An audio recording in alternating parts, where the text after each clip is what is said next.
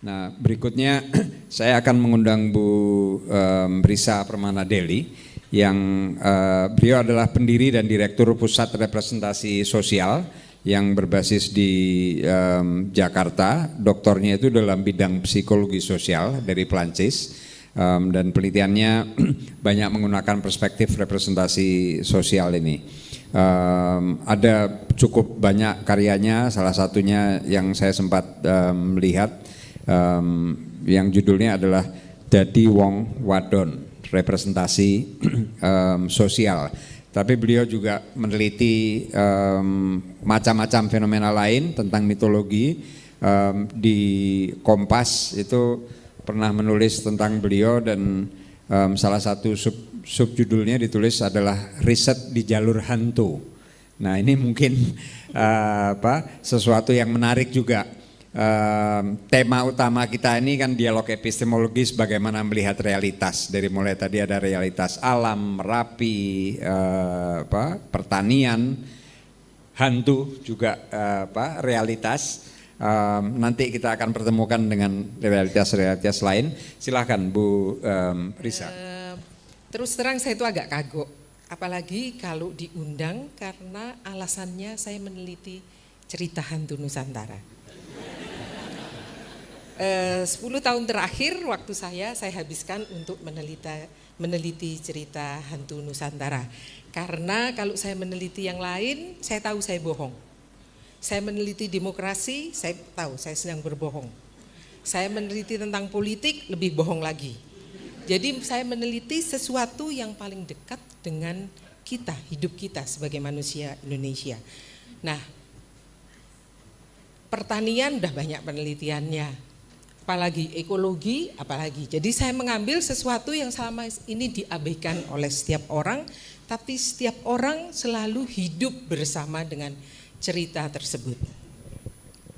Tapi kali ini saya nggak akan bercerita tentang hantu, karena kalau saya menyampaikan hasil penelitian saya tentang hantu, justru nggak ada hantunya. Karena yang saya teliti adalah cara berpikirnya. Nah, kenapa saya mengambil cerita hantu Nusantara? Sebetulnya karena sejak seperti yang dibilang Pak Zen tadi, ketika saya menulis disertasi saya tentang perempuan, representasi sosial tentang modernitas pada perempuan Jawa, tanpa sengaja saya itu menemukan titik balik dari yang pengen sekali menjadi perempuan modern. Saya pengen sekali meniru Beauvoir misalnya, apalagi saya sekolah di Perancis. Tiba-tiba saya tahu bahwa saya ini perempuan Sontoloyo, Basa Jawa. Kalau ketemu orang, ketemu profesor saya juga munduk-munduk. Artinya, loh, ini ada satu cetakan yang tidak akan mungkin hilang, yang saya akan bawa kemana saja. Entah saya nanti bisa dapat gelar doktor saya, entah saya nanti mau jalan kemana saja, itu akan menjadi fondasi dari cara saya berpikir, fondasi cara saya bersikap, berbicara, berimajinasi. Dan itulah yang untuk saya sebut sebagai epistemologi. Karena dia akan menentukan kalau saya melangkah berikutnya itu kemudian bagaimana. Nah, pilihan saya untuk membawa tentang pengetahuan lokal pada pagi ini karena saya melihat tawaran yang dikirim ke saya dari editornya tentang bagaimana kita mengembangkan pengetahuan lokal, tetapi dengan latar belakang bahwa di tempat kita ini selalu ada masalah. Bahwa yang namanya sains, teknologi, agama, tradisi semuanya hidup bersama-sama seperti kaleng sarden. Saya hanya ingin mencoba kita runut sekarang. Sebetulnya kalau kita ngomong memakai terminologi agama, tradisi, dan sains sebagai kategori pengetahuan, sepenuhnya harus kita sadar bahwa itu adalah kategori yang berasal dari sejarah peradaban Barat. Jadi kita meminjam terminologi tersebut dan kita pakai untuk bercerita tentang kenyataan kita. Silahkan. Padahal sains, teknologi, modernitas saya menyebutnya, sebetulnya dia itu hasil dari sebuah patahan epistemologis pada abad pertengahan di barat untuk meninggalkan agama dan tradisi dan pindah rel menuju rel masyarakat modern, rel modernitas. Dan menuju untuk sampai ke arah tersebut motornya cuma satu, cogito. Apa implikasinya? 15 abad sebelumnya manusia itu suprem karena dia menjadi manusia sakral. Kehadirannya ditentukan oleh langit, oleh hembusan yang diberikan oleh Tuhan pada ubun-ubunnya. Tiba-tiba dia menjadi manusia terestrial, manusia fana yang harus berdiri di atas kakinya sendiri, melanjutkan kehidupan dengan satu motor, cogito. Anda tahu siapa yang mendengungkan kata tersebut? Silakan. Nah, cogito inilah yang melahirkan sains, teknologi, dan modernitas yang sampai hari ini kemudian kita terima begitu saja, nggak peduli cerita sebelumnya gimana. 5 abad berjalan, masyarakat barat tiba-tiba dia sadar, loh kok nggak jalan lagi? Padahal dasar untuk mengubah dari manusia sakral menjadi manusia fana adalah kemanusiaan. Tapi kemanusiaan yang dibimbing oleh jalannya cogito itu memang secara sains dan teknologi dia menemukan kesempurnaan dengan seluruh kebesaran barat yang dilakukan karena mereka menolak seluruh tabu agama, mereka meretas batas-batas pikiran. Tapi pada saat yang sama, saat ini kita saksikan apa yang namanya saturasi dari modernitas itu sendiri. Di mana-mana chaos. Sementara kesempurnaan cogito nggak mungkin lagi dibendung. Kita tahu yang namanya AI yang sekarang memenuhi kita semua, ruang hidup kita semua. Tapi saturasi modernitas itu juga sebuah kenyataan epistemologis di barat yang membuat mereka kemudian mulai melirik kembali yang namanya tradisi. Mereka melirik ulang masyarakat-masyarakat di luar barat. Jadi ada kerinduan dan pada saat yang sama sains memungkinkan mereka melihat bahwa ada yang salah dari perjalanan cogito karena kita menjauhkan manusia dari alam. Kita meletakkan manusia sebagai penguasa alam sekaligus menjadi perusak alam.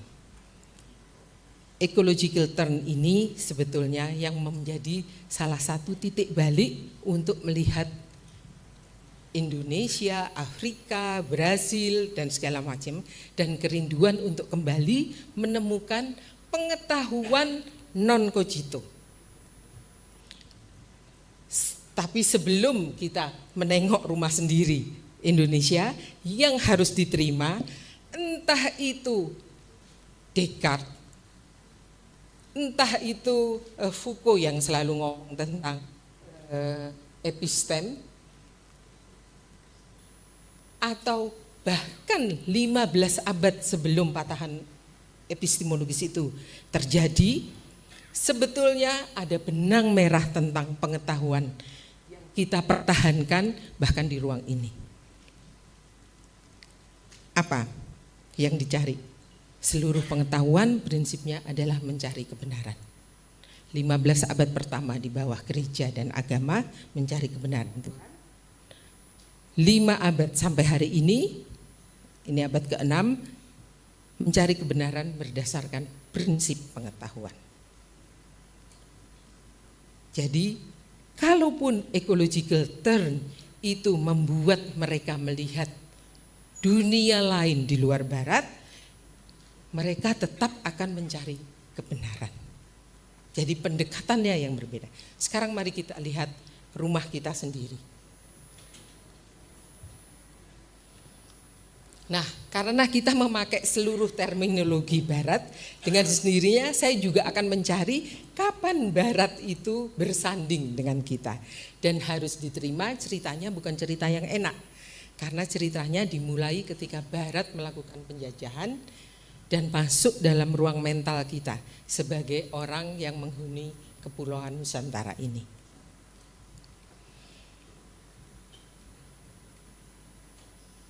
Silakan. Berbeda dengan abad pertengahan di Barat, di mana terjadi patahan epistemologis, kemudian mereka berpindah dari yang sakral ke fana. Di tempat kita, walaupun Barat datang ke tempat kita, nggak ada alasan untuk masyarakat kita meninggalkan dan menanggalkan cara berpikir kita sendiri.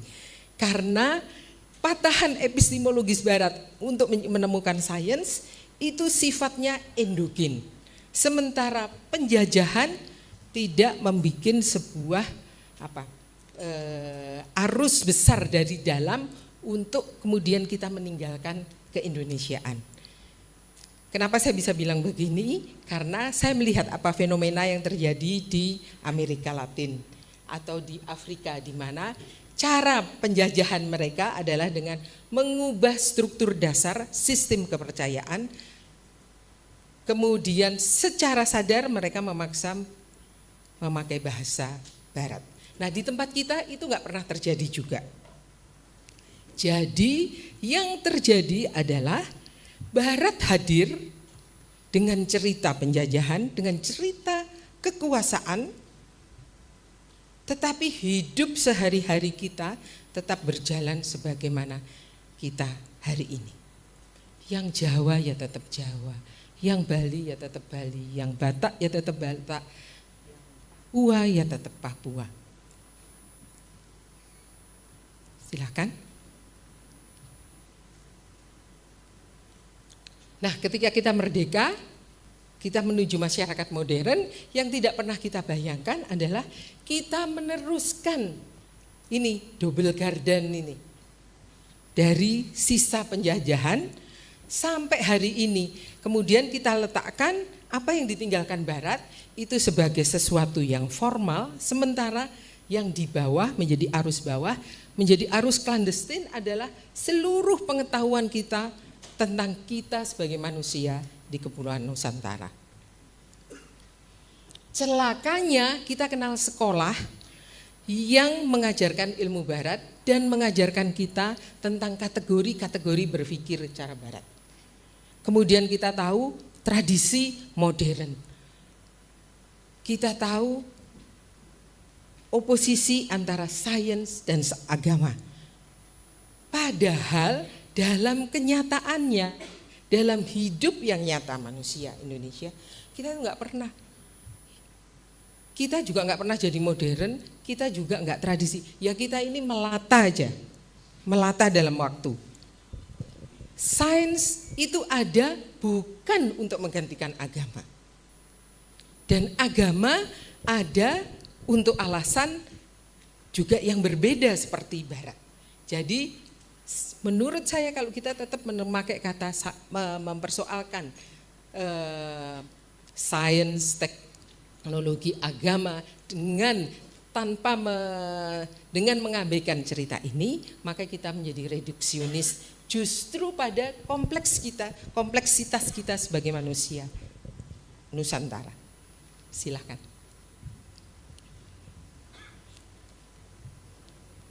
Makanya kesimpulannya untuk saya adalah yang namanya sains, kehadiran sains, teknologi, masyarakat modern bukan hadir oleh kondisi epistemologi yang sama.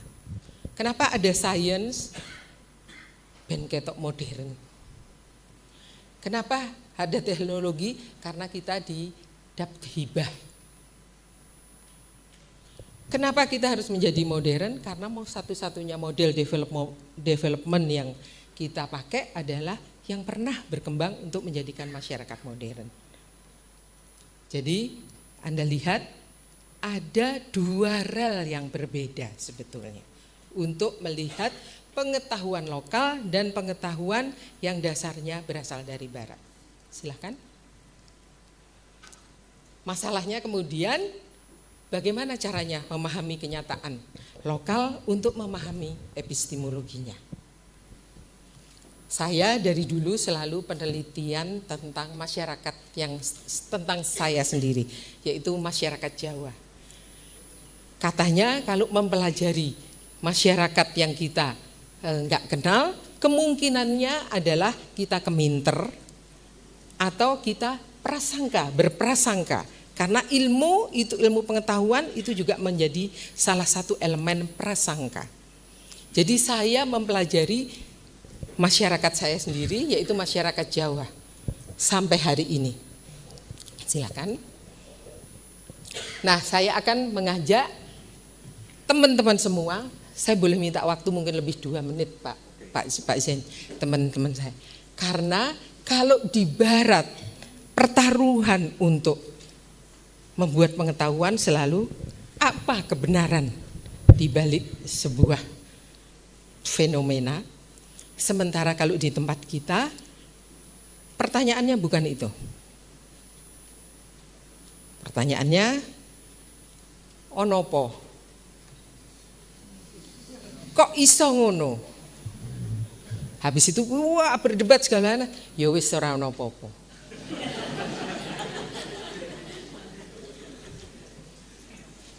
Nah, kita punya tambahan waktu 2 menit. Sekarang coba Anda semua masing-masing, Anda pikirkan, coba Anda lihat dalam diri Anda. Dalam sehari berapa kali sebetulnya Anda melakukan hal seperti itu yang tidak Anda sadari. Saya pagi ini misalnya, wah kok telat? Oh, karena ada ritual, ini katanya yang ini datang, ya wis ora ono apa-apa. Contoh yang paling gampang. Tapi Anda bayangkan bahwa dari yang paling gampang sampai yang paling krusial kita sebagai bangsa itu berjalan di dalam epistemologi seperti itu. Ayo, coba Anda hitung. Dalam sehari berapa kali Anda melakukan, Anda mengatakan, ya wis ora ono apa-apa. Apakah saya orang pertama yang ngomong begini? Enggak. Tahun 50-an di dalam bukunya yang sangat fenomenal, Geert sudah mendeskripsikan watak antropologis dari masyarakat Jawa. The Society of Enggak Ono Popo. Bayangkan 50, kita punya 75 tahun dan enggak pernah ada yang mengembangkan pengetahuan itu menjadi sebuah pengetahuan di ruang kelas yang harus kita pelajari tentang diri kita. Saya ketika datang lulus, orang tahu dari Perancis semua bertanya postmodern. Saya enggak tahu, saya ngertinya Jawa. Dan saya ditertawakan. Nah sekarang kalau kita tahu bahwa ora ono popo itu untuk masyarakat Jawa itu kemungkinan fondasi dari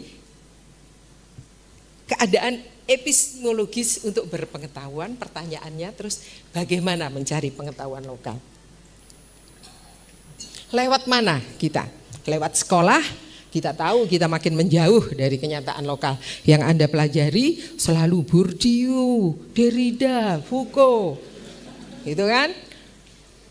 Apa perangkatnya? Sementara Anda tahunya kuantitatif, kualitatif, kuesioner, survei. Ini. Kita nggak pernah tahu caranya gimana itu. Atau bagaimana pertaruhannya? Karena kemungkinan dengan cara pandang seperti ini selalu ada kemungkinan menjadi apa? Saya menyebutnya sebagai cultural Taliban. Karena tiba-tiba yang Jawa akan bilang, oh saya Jawa loh, saya bukan ini. Yang Sunda akan menyatakan saya Sunda ini. Atau yang lebih ekstrim dalam debat pengetahuan adalah mengatakan saya Timur, pokoknya saya nggak mau Barat. Sama kan kayak Taliban. Padahal kenyataannya Sejak abad 16 kita itu sudah ketemu sama Barat. Dan Barat setiap hari hadir bersama kita lewat produk atau objek sains dan teknologi. Jadi apa yang mau kita pertaruhkan kalau kita mau mengembangkan pengetahuan lokal? Nah, saya tutup itu dengan pertanyaan tersebut. Terima kasih. Ya, terima kasih banyak Bu Risa yang mulai dari mempertanyakan patahan-patahan epistemologis dari mana kita dapat sains, agama, tradisi di CRCS ini yang risetnya mengenai agama. Selalu juga itu dari mulai semester 1 pertanyaannya adalah apa itu agama dan mempertanyakan definisi macam-macam, dan karena itu kita lihat banyak hal dari tadi pagi ini yang mungkin dalam pemahaman lokal tidak bisa disebut agama, tapi itu ada di sekitar kita.